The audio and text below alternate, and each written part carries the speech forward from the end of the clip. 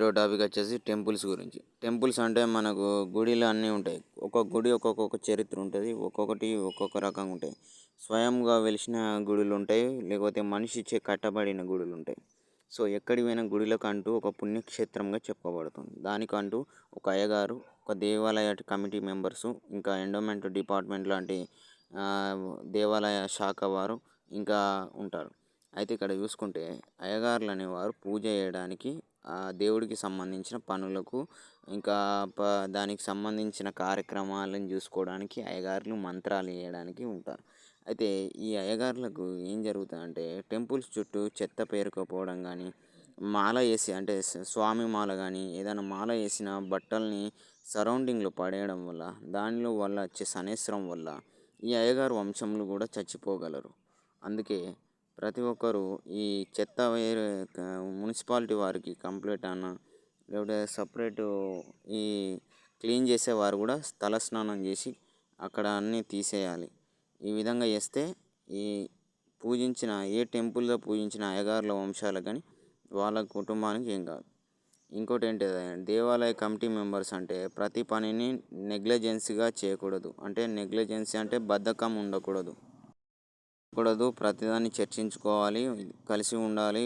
అన్నిటినీ దేవునికి సంబంధించిన ప్రతి ఒక్క ధార్మిక సంపదను వివరిస్తూ ఉండాలి. ఫుడ్ డిపార్ట్మెంట్ కూడా కరెక్ట్ పనిచేయాలి. ఎండోమెంట్ డిపార్ట్మెంట్కి ఎప్పుడప్పుడు అన్నిటినీ కరెక్ట్ క్లారిటీగా ఈ విషయాలని ఇది లేదు ఇది ఉన్నదని చెప్పాలి దేవాలయ శాఖకు. అంతేకాకుండా గుడి చుట్టూ పందులు రాకూడదు.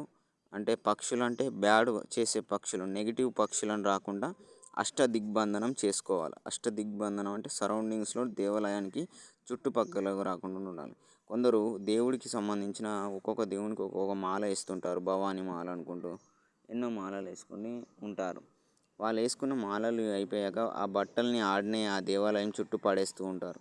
సో ఇవన్నిటిని అగ్ని పవిత్రమైన స్వాహాదేవిని కలిపి అగ్ని పవిత్రంతో ఒక యజ్ఞగుండంలో ఇవన్నిటిని వాటిని భస్మం చేయాలి. అన్నిటిని మళ్ళీ చెట్లకు ట్రాన్స్మిట్ చేయాలి. ఈ విధంగా ఈ అయ్యగారులు చేయాలి. ఇది చేయకపోతే వీరి యొక్క వంశాలు కానీ, వీరికి ఉన్నటి తరానికి సంబంధించిన పిల్లలు పుట్టకపోవడం కానీ, కానీ అనారోగ్యం చెడిపోవడం జరుగుతుంది. సో వీళ్ళు ఏం చేయాలంటే ఈ మున్సిపాలిటీ వారు సహాయం పొంది ఈ వారికి కూడా కొంత అన్నం ప్రసనాలు వాళ్ళకు కూడా కొన్ని ఫుడ్ సేఫ్టీని వాళ్ళకి కావాల్సిన ఖర్చులు చూసుకొని వారికి సదుపాయం ఇచ్చి యజ్ఞగుండంలో ఇవన్నిటిని భస్మం చేసి మళ్ళీటిని అన్నీ క్లియర్ చేసుకోవాలి. ఇవి చేసుకోకపోతే మొత్తం అయ్యగారులకు నష్టం జరిగితే ఒక్కొక్కరికి ఒక్కొక్క ప్రమాదం జరుగుతుంది.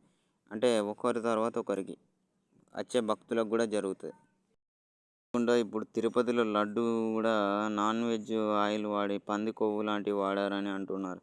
ఇదంతా ఎందుకు జరిగింది అనేది చర్చ జరగలేదు. వీళ్ళల్లో కోఆర్డినేషన్ లేదు. వీళ్ళలో ఉన్న వివరణ కరెక్ట్ లేదు.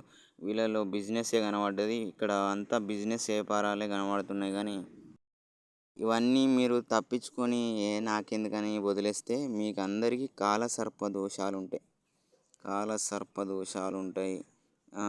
ఏ దోషాలు ఉంటాయో చెప్పలేము. దోషం అనేది కన్ఫామ్ ఉంటుంది. ఏ దోషం నుంచి ఎట్లా తప్పించుకోవాలని ఎన్నో స్కెచ్లు వేసినా తప్పించుకోలేరు. సో ఒక గుడికి చెడు రాకుండా ముందే అష్టదిగ్బంధనం చేయించుకోవడం అక్కడి గుడి యొక్క నియామకమైన ప్రధాన అర్చకుడి బాధ్యత. ఇది ఫ్రెండ్స్. Bye friends. బాయ్.